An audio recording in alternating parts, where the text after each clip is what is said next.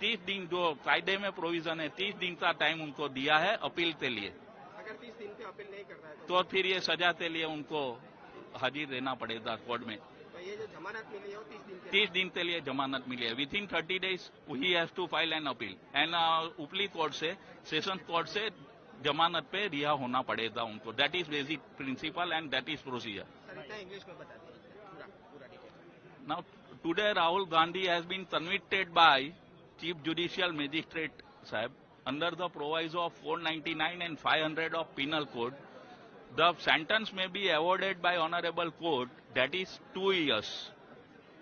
And against that sentence, Rahul Gandhi has pleaded that he may be released on bail till appeal period, and as per procedure and as per law, the sentence may be suspended. Court has granted their bail application, and for appeal period, the sentence is suspended. नाज़रीन गिरामी, online transaction यानी कि online जो एक दूसरे को जो है ज़र मुबादले की शक्ल है वो न सिर्फ सहूलियात पैदा करता है लेकिन उससे जो है बहुत ज़्यादा नुकसानात भी हो सकते हैं। अभी मरकज़ी हुकूमत रुपये के डिजिटल लेन देन को फ़रोग़ देने के लिए लगातार कोशिशें कर रही है। इस दरमियान में वज़ारत मालियात ने पार्लियामेंट में एक जानकारी देते हुए बताया कि माली साल 2022 और 23 में यूनिफाइड पेमेंट्स इंटरफेस के जरिए 125 करोड़ रुपए से ज्यादा का लेन देन हुआ। और मरकजी वजारत मालियात ने साथ ही ये जानकारी भी दी कि 95,000 से ज्यादा लोग धोखाधड़ी के शिकार हुए। फिक्रंगेज बात यह है कि धोखाधड़ी के शिकार होने वालों की तादाद गुज़िश्ता 3 सालों से लगातार बढ़ती ही जा रही है। आदाद शुमार पर नजर डालें तो 2020 और 21 में 77,000, 2021 और 22 में 84,000 अफराद यूपीआई से लेन देन के दौरान धोखाधड़ी के शिकार हुए थे।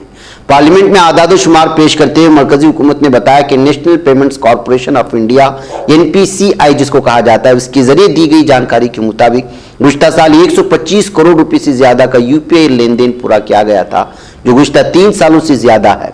वजारत ने कहा कि हिंदुस्तानी डिजिटल अदायगी सिस्टम को भी आलमी मंजूरी मिली है। सिंगापुर, UAE, मॉरिशस, नेपाल और भूटान जैसे ममालिक ने भी इसे अपनाया हुआ है। बहरकैफ नाज़रीन गिरामी, जितनी सहूलियात ऑनलाइन पेमेंट में है उतने ही जो है इसमें खतरात भी हैं और लोग जो है ठगी का शिकार हो जाते हैं और बाकायदा बाज़ लोगों ने जो है बड़ी बड़ी कंपनियां ही खोल दी हैं ऑनलाइन ठगी के लिए।